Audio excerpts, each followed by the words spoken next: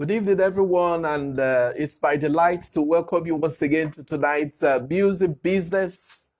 And tonight I have a wonderful person that I believe that you would love to meet with, a perfect gentleman, a man with several caps in the music business. And I will tell you shortly about his wonderful, how would I call it, influence on me as a musician. But I want to welcome you as you join in. I believe that he's coming in to join us shortly. Good evening, sir. Brother, Well done, thank you. sir. It's nice to be with you. It's nice to have you in our midst tonight. Yes. Before we get started, I want to just say a big welcome to a few people. Okay. Chuksin Chooks is on the line. I want to say welcome. Femi Field also joined. I want to welcome you. I've waved at you. I hope you wave back at me. And then a few others are joining us. I believe after Femi Clef is joining me right now, I want to say a big thank you for coming into the world of music business. It's our world is your world. Imagine how life will be without music. So that's the reason why we are chatting with those who have been making the music business really, really strong. We are moving away from the world of pop music to the world of classical music. And when we talk about the world of classical music, there is a name that is very, very vital to the development of choral music, classical music in Nigeria. And if you have not come across this name, I doubt if you have actually studied serious classical music, because his music is found in many churches, many choral community, and I've observed one thing, that no choral competition is complete without any of his music being performed. And when you look across board, we're talking about the US and Europe, we find a lot of music schools using his songs in concerts. And so we have with me a musicologist, a composer, an arranger, an organist to pianist, a director of music, a music teacher, and a music scholar par excellence with us. David Oludaisi, Aina, is our guest tonight. Mr. Aina, please, can you help us with the light in your end? I can't see your face. Yes, sorry, the generator will be on now. Okay. They just did their thing. So. Yeah, exactly. We know that's how they do their thing. This is Niger for you. We are synonymous with. Okay. Oh, thank God. It's still the gen. Yeah, that's the generator. So I'm on now. Thank you. You are on. Can you hear me? Yes, I can hear you clearly. Okay.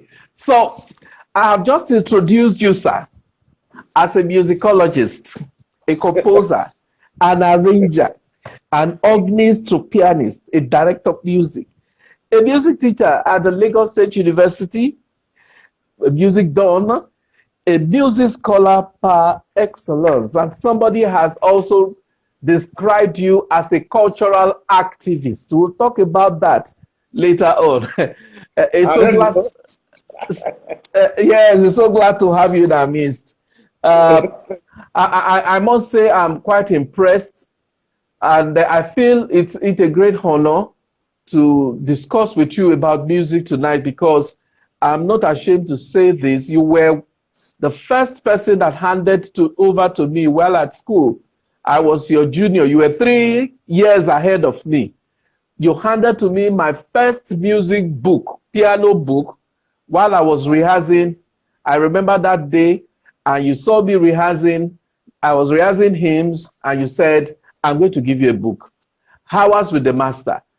And that Hours with the Master is still with me till today. And that was over 30 years ago. So Wow. I want to say it's a great honor I have. Uh, Someone is saying, when Delicious is saying, Mr. Aina, you can use screen, your screen is dark. We can't see you clearly. I don't know if you can, yes, if you can get to a place where, if it's possible for you to back the light, okay. It's not too bad, but if we can get someone to just bring something like a touch, because actually it's not me they want to see, it's you they want to see. I'm going to arrange for that now. Okay, Yes. John, I know in the building. John, I know in the building. So, David, no? oh, sorry, David, I know. I'm sorry. You know, I used to miss that with the John I know of the Apostolic faith. Do you have Baba John? Are you related by any chance? Well, we're not related by biologically, but I mean, we are close. I know him. We relate very well, but just a moment, sir. Okay. Sorry, the light in my sitting room is quite... Okay. I think it's better now. If you can adjust your phone so that we can see you better. Beautiful. Now, I'm going to read what one of your colleagues said about you. He said, David is a quintessential musicologist, cultural activist, and a man whose words are law when it comes to any area of his calling in music. That was Biodun Batik when he was writing on you on Facebook. Now, I want us to start from that. How did you get started as a musicologist? Let's start from the beginning, which is a very great way to start. How did you get started as a musicologist? Well, I mean, I wouldn't say it's a long story. It's a very long journey.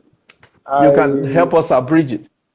Yeah, but I mean, everything started from my secondary school in my Form 1, because I'd always loved music, but in my primary school, I never participated in any musical events in the school. But getting to secondary school, I saw an organ, a harmonium actually, and I was so fascinated, and I decided to learn on my own. But I was always running away from the music teacher because he used to cane people a lot, and I didn't like that. But somehow he got me, and so in my Form 2, he gave me an award as the best student in music, and from then, there was no going back. By the following year, I was made a prefect. Instead of waiting for my Form 4, I was made an organist in my Form 3, and that was, and I need to mention the name of the school, Ado Grammar School at David. That's where I got hooked initially. And then from there, I developed so much interest, and I went to the College of Education where we met, you and I met.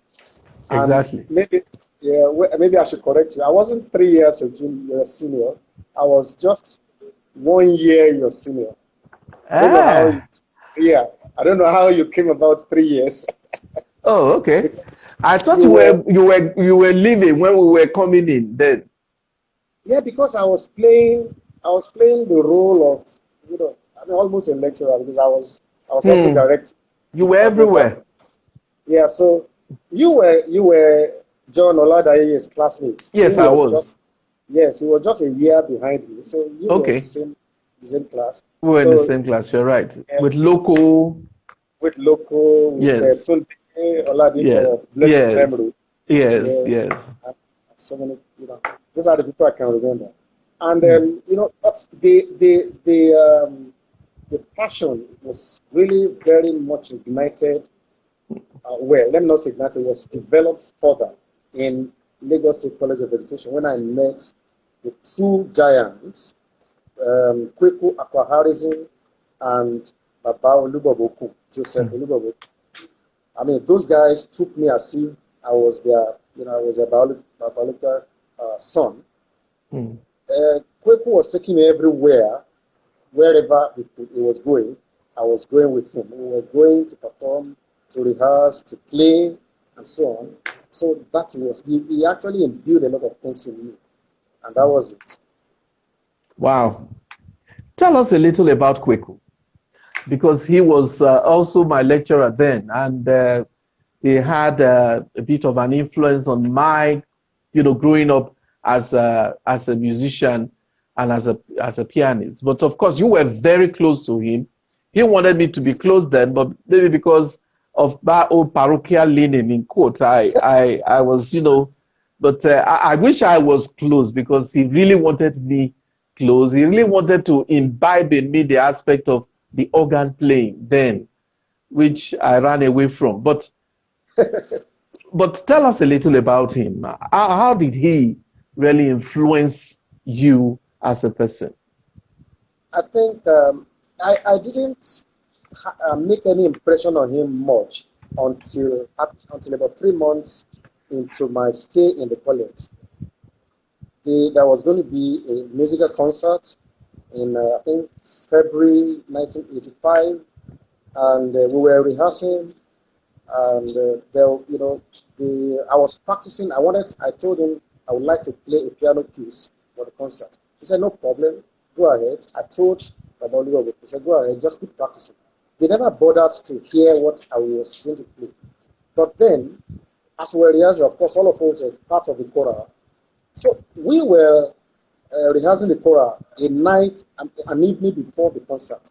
And he just came, and suddenly he realized that the man who was on his violin was also going to sing the tenor soli or solo in The Heavens Are Telling. And Hmm. that was Mr. Phillips Ogundele. I'm not sure you met him. He retired Um, as a major in the army. I, So I didn't meet him, but we met when he came. I think he left when I came in, or yes, yeah, yes, he yeah, was yes. 6 years my senior. So Okay. he just suddenly realized, and he asked, "Hey, Ogundele, you are going to play violin. Who's going to sing that tenor solo?" Hmm. And from the corner where I sat, I just raised up my hand. Hmm. And Kweku said, Aina, do you Hmm. think you can do it? I said, I will try, sir. So I said, okay, so let's try. And then I sang it. He was shocked. How did you learn it? I was just listening to Phillips Ogundele. And then it was dress rehearsal. He was very, very happy. He now said I should play the piece I was to play the following day. And it was Sonatina in C by Clementi. Hmm.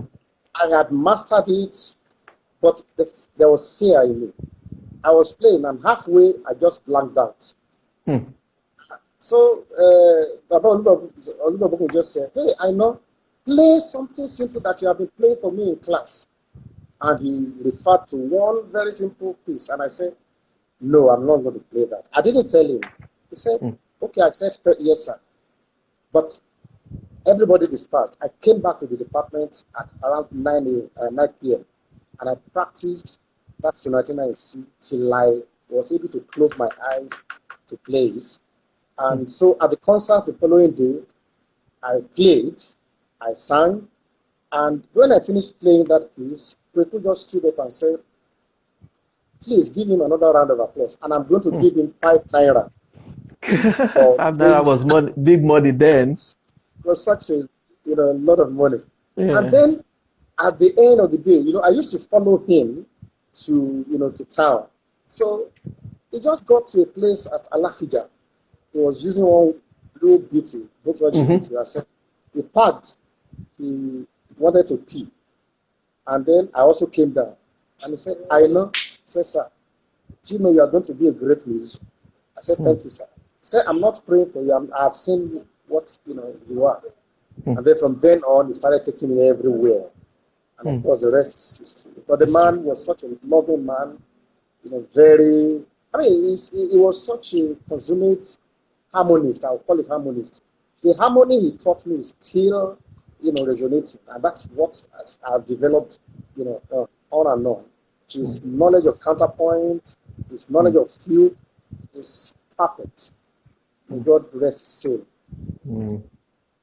The first song I heard you compose while at school, and I know a lot of people who are musicians, choral musicians, will know this song. Ẹ̀kọ́ máa gbé mi níyì, ẹ̀kọ́ sunwọ̀n, ó dára, ará mòró ń gbé yẹ̀wò, ẹ̀kọ́ sunwọ̀n, ó dára. Ẹ̀wájà kẹ́kọ̀ọ́ ká mọ̀wé, ká lóye lórí fúnrọ̀wọ́, orílẹ̀ bàbá wa ń fẹ́ wá, ká kẹ́kọ̀ọ́ ẹ̀yin ará wa, ẹ̀kọ́ sunwọ̀n, ó dára. Interestingly, it was our choir at school then, when you were in school with us, that sang that song for the first time. And of course, the song is now, it has gone viral in all choral competitions, choral communities singing. We've sung it several times in our choir too. How do you feel when you see your songs being rendered not just within Nigeria, but by white men, by chorals, choral groups outside of the country? How do you feel? Well, I feel so honored because I never, there were a lot of things about the songs that have gone viral or, gone around the world that I just feel that, wow, I didn't expect anything this big from this song because I was just, they were true, I'll call them, songs of circumstances. Because like they come at me, I was doing my teaching practice 6 weeks at Mori State High School in, in that year, January 1986.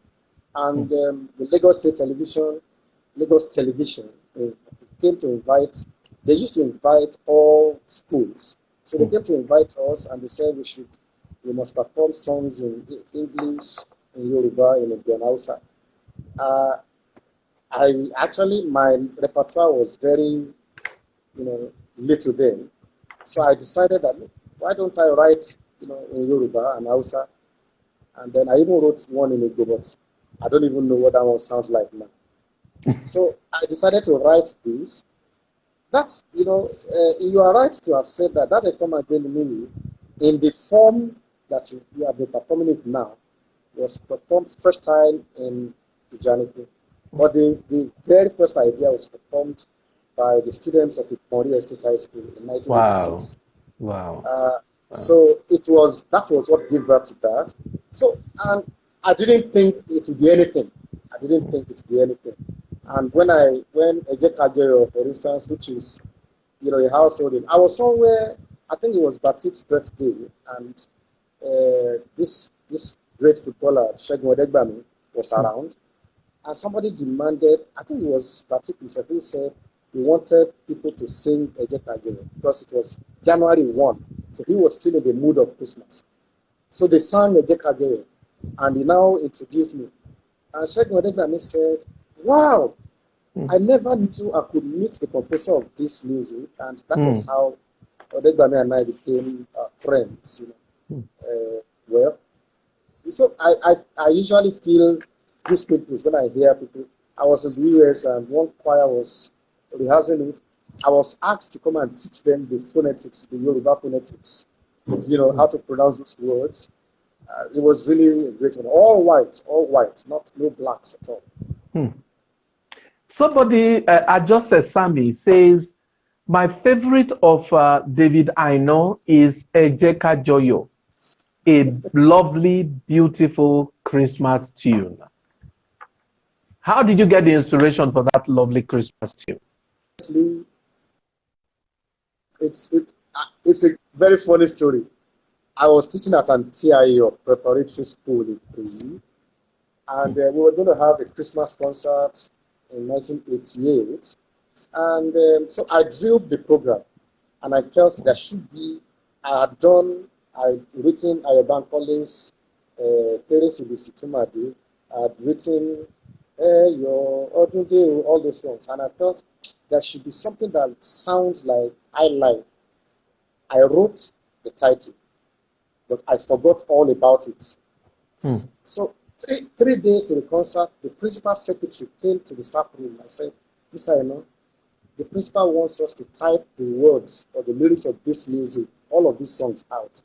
And I said, hey, I hear me. I had not even written a word of that again. And the students were going to even perform it. So I said, okay, don't worry, I'll get to you before the end of the session, the day. So in about 10 minutes or thereabouts, I scribbled something and I put it to music, and then I sent it to her. And then during the break, the choir rehearsed it, and that was it. So it wasn't that. The only thing is that I felt I wanted something in high life pattern. That's all. And well, the only thing that I would call that is a little bit of inspiration is that I'd always wanted to use, somebody, what I would call cultural materials. So there is this ilu, bedu that always sounds pa, pa, pa, pa, pa, pa, pa, pa. There is something there. There's a syncopation that comes with it. Iluawoni. So I usually got fascinated. I said, look, we can borrow this and use it to praise God. And so I borrowed the rhythm, and that has become my signature. And you will notice that in most of my compositions, it is present Yes. there. Yes. I was about asking about that. Is that the reason why Biodu Batik called you a cultural activist? I don't know about activism. I am not. I do not think I'm qualified to be called. Or let me put it this way: we see, we see your Africanness, see in all your composition, especially with specific reference to Yoruba composition. And I don't know why you have to choose only the Yoruba as a medium for composing. Are you a musical Afenifere or a musicological Amotekun? Well, let me say that I have written works in other languages. So it's not just Yoruba. It's just that I feel more comfortable in Yoruba. I've written two songs in Hausa. I'm sure you will remember. Yes, I do. Exactly.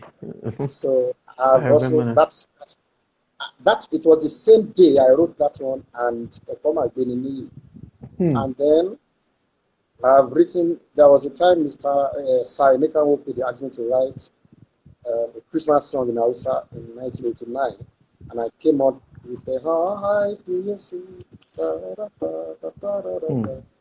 Namuko Patawa Yazo, Christi Meti Yazo, Shine Metamapumi, Duma Musaya Deshi, O Katawa Yazo, Yazo Alamungudi, Mungeremo Haifi Menashi, Mungeremo Halla, Mungeremo Halla, Mungeremo Haifi, yes.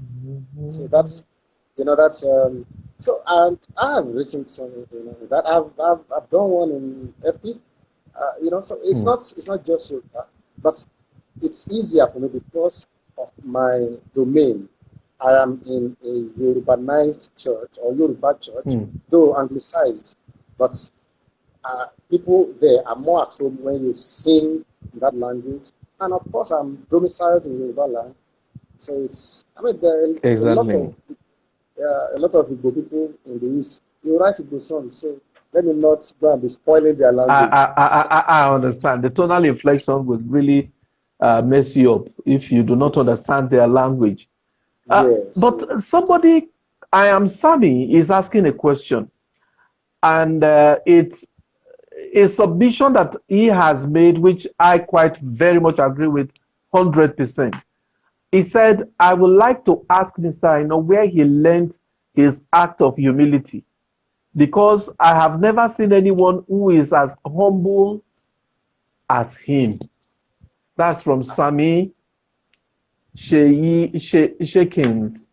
Where did you learn your art of humility? Because let me tell you the truth. I have never seen you angry to a point of throwing tantrums. You just just laugh over it, and that's a very wonderful attribute.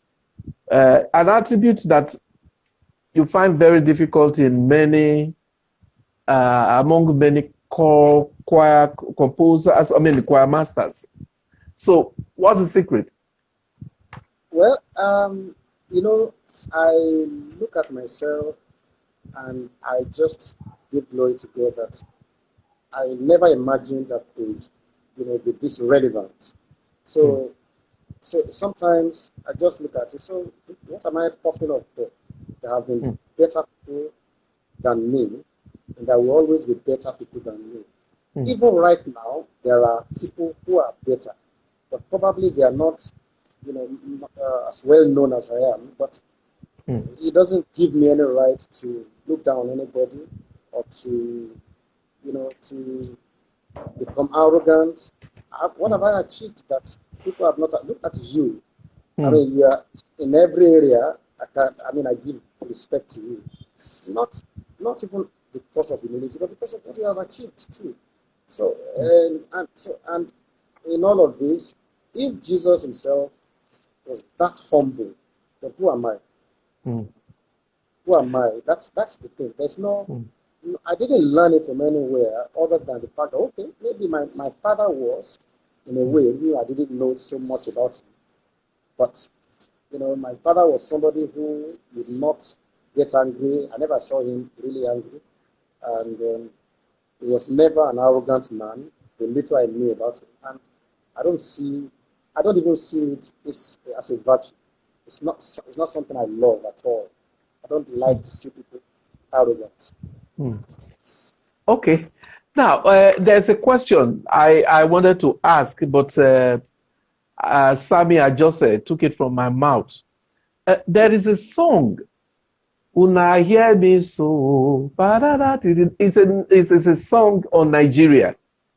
And Yes. in that song, you actually portrayed your nationalistic instinct, patriotism in that song. I must tell you that the first time I heard the song was from the prestigious UI choir Wow. conducted by Shewan Waji. In fact, it was even scripted on CD, and Yes. I fell in love with that song.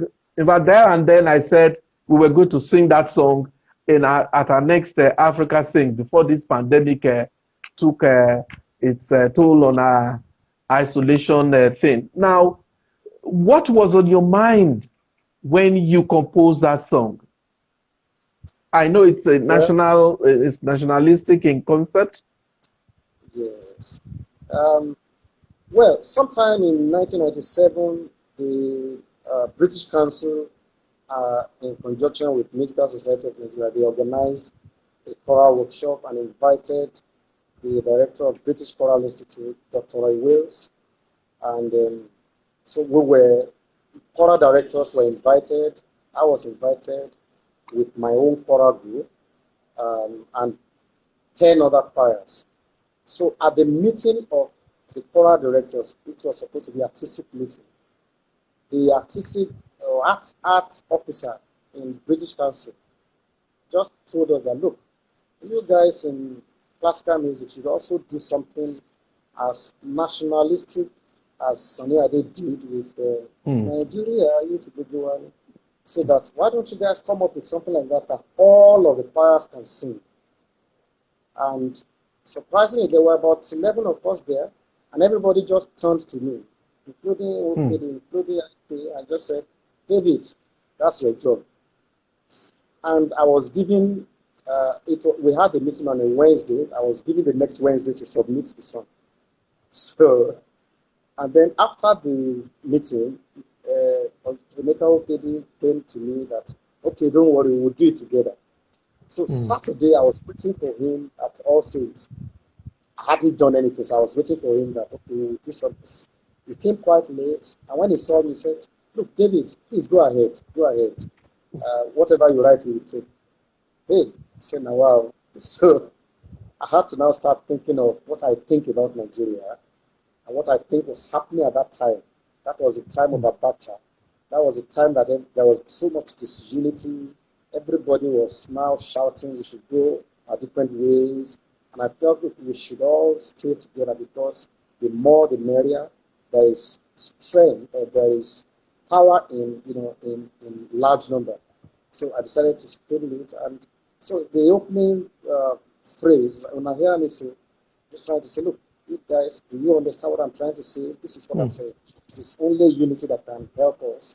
If you walk and I walk, then we'll be okay. If you push and I push. But if you are pushing and I'm pulling, it's not going to happen.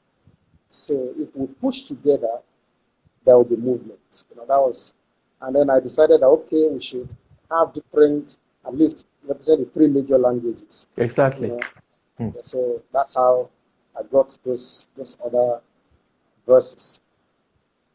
When do you hope to put all these songs into a book for us to have? What I call it, for us to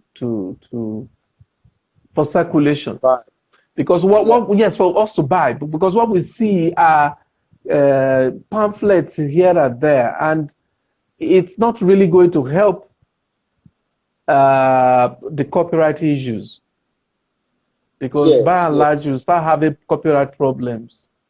Yes. Thank you very much, sir. Last 3 years or thereabouts, there was the arrangement was 3 years or 4 years. I was going to start with 6 Christmas songs by David Aina. That I had already sent to my publisher, a person of IP, etc., who then was in Abuja. He had even gone ahead to register it to get ISBN numbers for the book, whatever. And then he said, okay, so he was going to do editing and sent to me to proofread for the final printing and publication. Then suddenly his computer crashed. So he lost everything as it were. And so as it is now, I now have to give him time because I don't know what is happening to that, because it seems each time I make a move like that, something always happens. So I'm starting all over again. I've contacted a friend of mine who's also a publisher, and I think I want to start with 1 or 2 things that I won't make noise about it. It'll just be out and you will see it. But arrangements are on for that. I really believe that this year the arrangement will be consummated and we'll have the songs out. The reason why? Let me ask you this question, sir.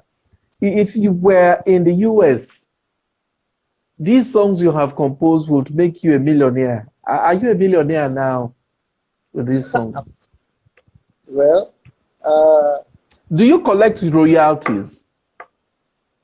I have only collected royalty maybe 1 or 2 times on a Jekage by people who have performed it, and after that, that's it. So because our situation is not published as it were, as a what do you call it, sheet music. Of course, I have recorded it on CD, so it's that one. I cannot have copyright problem on that one. That one is registered already. That's the Jekage. But the as for performances everywhere, it's not royalties are not done. So I'm not a millionaire. I'm just a teacher. So. Yes, I believe that the time has come for these songs to make you one, because a lot of us that sing these songs are really doing you injustice, gross injustice, by singing the song without recourse to uh, permission, number one, and then payment of royalties.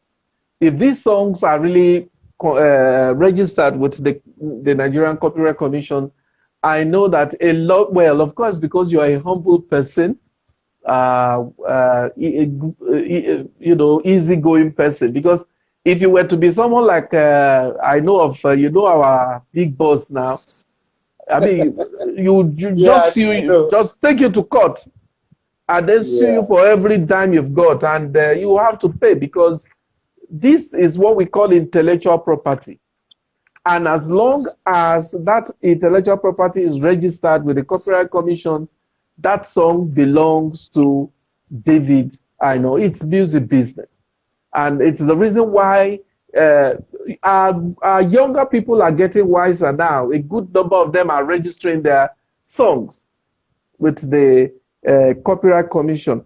So I believe that before the year runs out, we'll get to have all these songs at least on registered on sheets, and then give it to people for us to purchase. I remember the other time we had to purchase music sheets abroad with huge Yes. sums of money. I mean, we don't photocopy them; we purchase them. Yeah. And I think we should be doing that with your songs that have reached, both national and international acclaim. Now, let me ask you this question, sir. What inspires you when you compose? Can we have a peep into your world, your palace of inspiration? For example, somebody tells me that anytime he gets to Ushodi, he gets inspired when he sees the crowd. Crowd. Another person says, yes, anytime he's in the toilet. In fact, there's one we call toilet composer. Immediately gets into the toilet inspires him. What inspires you when you compose? And actually, in my own case, anything inspires me. Let me give you. I just finished writing a song called "Hallelujah Egbohunsoke." It's Wow. actually Hallelujah, and I acknowledged the person that gave me the inspiration, and you don't want to believe that the person is a madman. Oh, oh.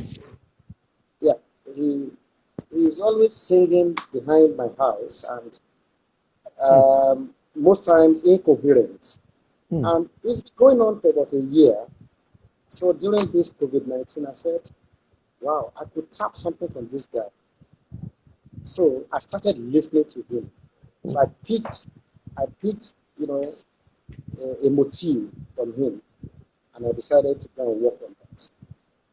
And so sometimes it could just be, I could see. There was a time I was going somewhere in Michigan. That was many years ago. I think it was 1987 or 88. I can't remember.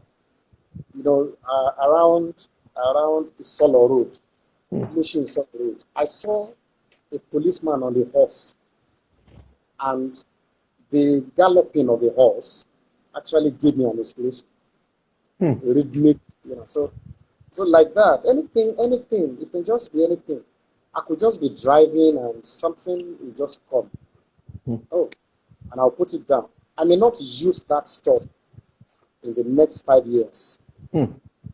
So one day, because I usually have my notepad, my manuscripts, around in the car or anywhere. If I'm not driving, it's in my bag. If it's not in my bag, I will have a sheet of paper. If I can't get a manuscript, I will put it in a way that I can understand. Put on a sofa or something, or even draw a stain, and it's there. I will keep it.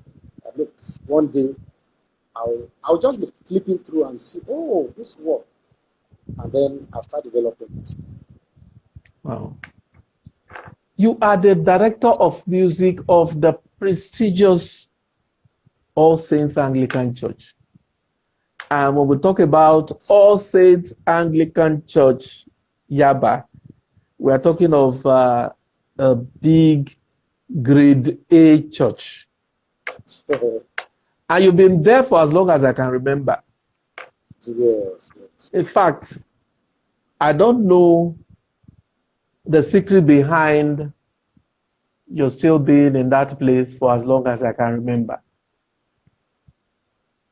Well, so let me just um, correct. Let me not say correct. Let me just make an adjustment there.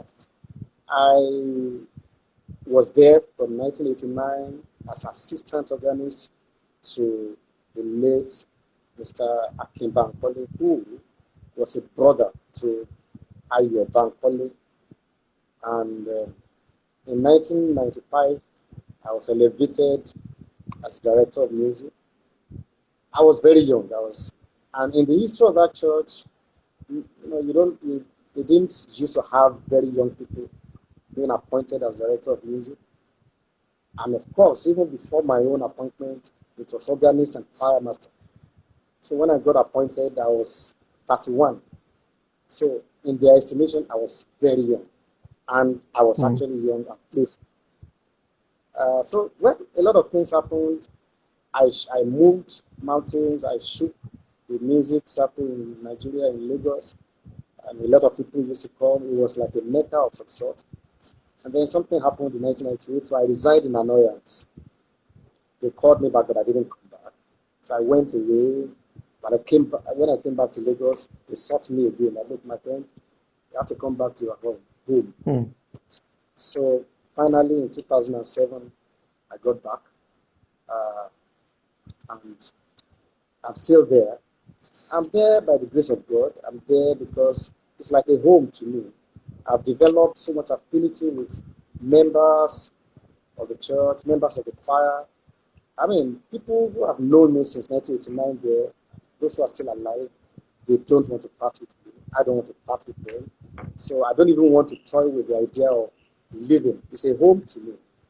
You know, so it's really a home to me. That's actually the secret of my being there. And I'm sure they will not want to toy with the idea of losing you because of the immense contributions you have made to the growth of their music, to the growth of the choir, and also to the image of the church. So, by God's grace, I mean, they've been enjoying that. The fact that, when they say, oh, it's David, I know that is the director of music, it makes them happy. But what we have been able to achieve together, I mean, uh, in my second coming, it's not just been David, I know. Yeah, and they are Mm. all there. I've had very wonderful team.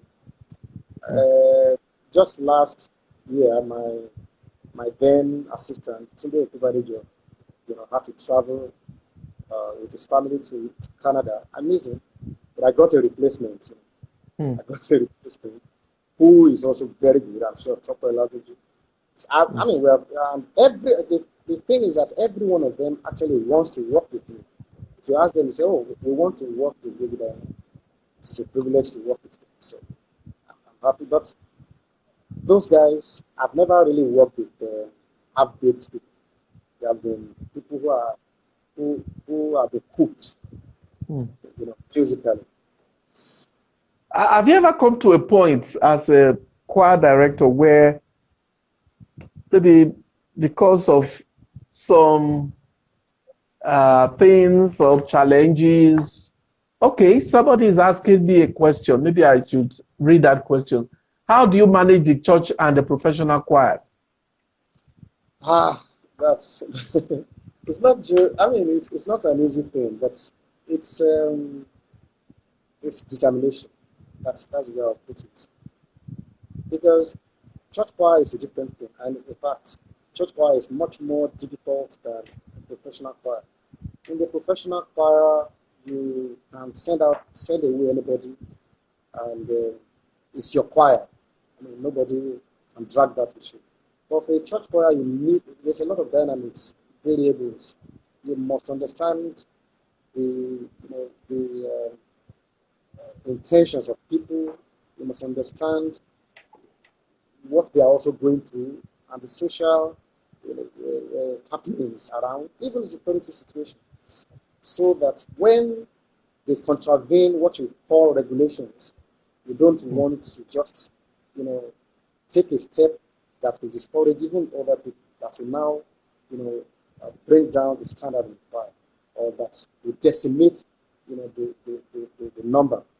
mm. So it's a difficult thing, but I think I've served, I've worked with great choir directors that have been able to manage. I mean, I always wonder how OPD also does it, managing All Saints Surulere, Mission Choir, the Mm. Lagos City Choir, and it's to me, it's something worthy of emulation, and I'm following his step. Now, I want to ask this question because when you get to some Orthodox, I mean, some Orthodox churches, if you look at the makeup of the choir in Orthodox churches, you find out Yes, that you have old men old men and women with young yes, men and women. yeah, Unlike when you get to some new generation churches where you have just young men aged, and women, teenagers, and then you now ask them where are the old men and where are the old women. And I think that's something that is a bit of a challenge to of a lot of new generation churches. The moment they start off the choir, the old men leave that place. How do you manage to, bring about a synergy between the age of the young and the old within your choir? Well, I think it is largely um, a function of the tradition, that has been put in place in a lot of Orthodox churches. By the time I took over the choir in 1995, I had children from about 7 years old. I had people who were well over 70, and Mm, you had that spectrum like that, mm, and the choir and the younger ones are supposed to be learning. And I mean, they also pass through what we call probation. And mm, the probational period for my choir is 1 year, one choir year. And that starts from February to November. That's one choir year. And so mm, when you join the choir, yeah. And so those children, they enter the choir on probation. And if they pass, there will be a test in November. If they mm, pass, they will be admitted formally in mm, the week before choir festival, and then their growth, their ascent to a higher level will continue. There mm, are some of my choristers who have passed through treble to bass as I speak. Well, some of them have gone to become men of God, So, mm. but yeah, and some of them have grown into the choir, and they just cannot leave because it's what they know, it's the Mm, life they know. mm. That's it. Okay, let me ask you, in this COVID age, where there is no church, where there is no singing, and where all we have to do is to stay at home, how have you been coping as the music director? And then how's your choir been coping? Let me start from myself before I go to my choir. The first 1 week was quite challenging because when it comes to practice, to going to attend rehearsals, and so on, I'm quite restless. I want to be doing. And then, so for a whole week, I was at home doing nothing. I almost cried. Yeah. Uh, yes, then, but the only thing, it was now during it was during I think it was during the Holy Week. We had Lent, it was going to be Easter. So during that week, we were taking turns. Our guitar, made arrangements that, okay, it's going to be online service. And I now made arrangements with my organist. I have two organists with me. I said, okay, let's share. You Mm, will play this, I will play this, you will play that. So In the service, it's only the priest, the organist, and the cameraman. mm, That's all. So, in a way, and luckily, the vicar's wife and maybe two other women, the vicar's wife used to be a professional singer. So, when they are singing, at least I had a semblance of good singing. You know. But my choristers, as I'm telling you, as I'm talking to you now, they are all distraught. They just, a lot of them can't live without coming for choir rehearsals. It's a trying time. It's a trying time. The only other thing I've been able to do is I keep composing. I have just, at least within this period, I've had about 7 works or 8 that mm. I have ready. I think I'm going to send 1 or 2 to you Okay, sir. for your in best spring for Book choral, yes. Now, yes. I want to ask. A lot of musicians have devised some other means of doing their rehearsals. They are using the internet, Zoom. They're using. Some are doing virtual concerts, That's, and so on. What do you think? What's your take on that? Because it has its own challenges too. yeah, I was even going to mention that I left it out. I forgot. We are even trying to see how we can do, virtual singing and post to the church group page where members can at least have a feel. Well, these are still our choristers. But let's come back to, I have a choral group. We have been trying to do online uh, rehearsals. It's been difficult because Zoom, maybe because of the technological challenges we have in Nigeria, maybe because Zoom is not fashioned to be able to cater for that. So the rehearsals have been, not successful because when I say, okay, so let's go, in different places, let's go 1, 2, 3. By the time one person is taking the other person is reaching second bar, one person is starting from the first bar. So it's been a difficult thing. So we have been trying to think of a way around it to see how we can improve. I've been Uh, talking to those who are high-tech High experts. tech people, experts. And again, it can be very uh, emotionally draining. Apart from emotional draining, financial too, because whoever is going to take will have to buy data, and Yeah, uh, yes. and uh, and data is like gold in Nigeria as we speak. Yeah, That's it. yes.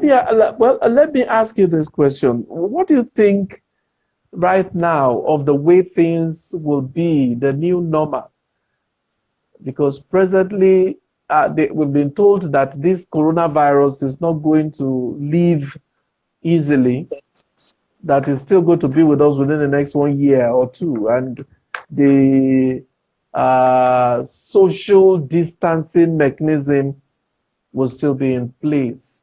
How do you foresee the social distancing phenomenon and its effect on the choir?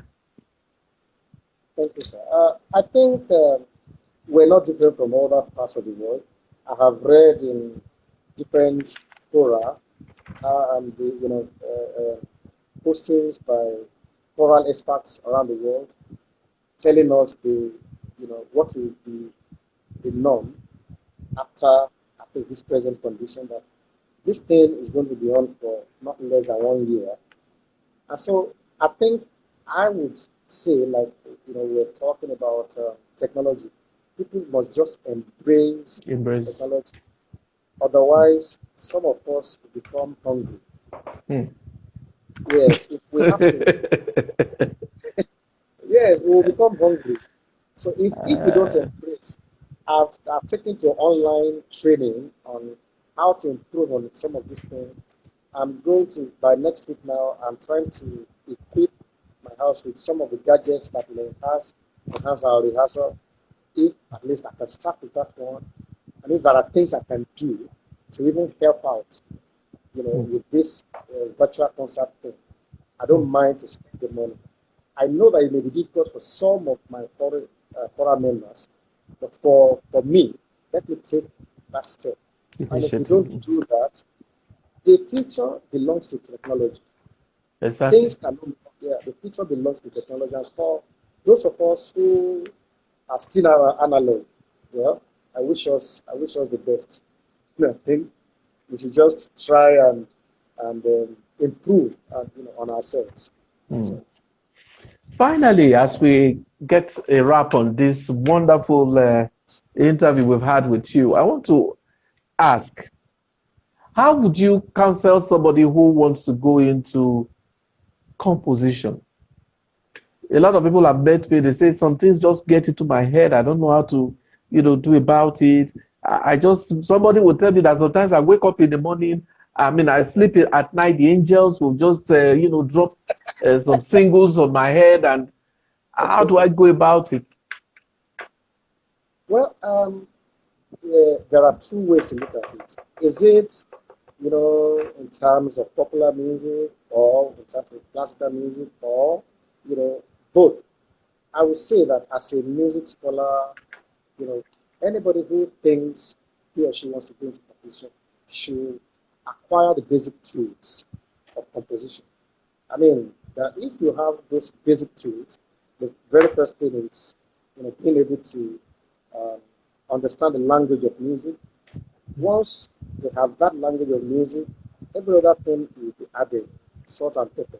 So for somebody to understand all those compositional techniques that actually cut across different genres of music, it's become easy. But such people, you now have to choose what area of music you want to specialize in. If it's going to be classical music, okay, so what area of classical music? There are still areas. Are you going to be, Western with functional Western functional harmony, or are you going to mix it up with African touch, or you want to go totally African, or you want to go hip hop, you want to go R&B, you want to go high life, or whatever. So, but you still need those basic tools because there must be structure.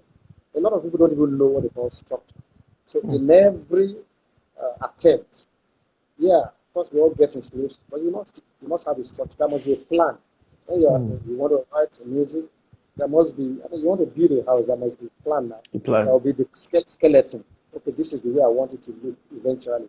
So, and the skeleton will determine when you begin to put the blocks, and all this thing before it becomes so deep. So, but the skeleton is the plan. That's it. Before you can do the skeleton, those tools are important. Thank you very much. It's been a wonderful time tonight with Maestro David Aino. And I must say that we have benefited so much and drank from your wealth of experience.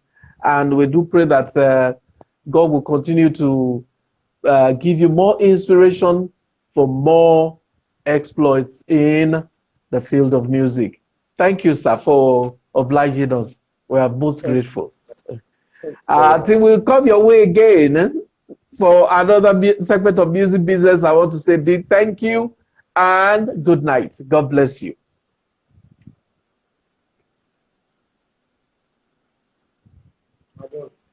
Yeah.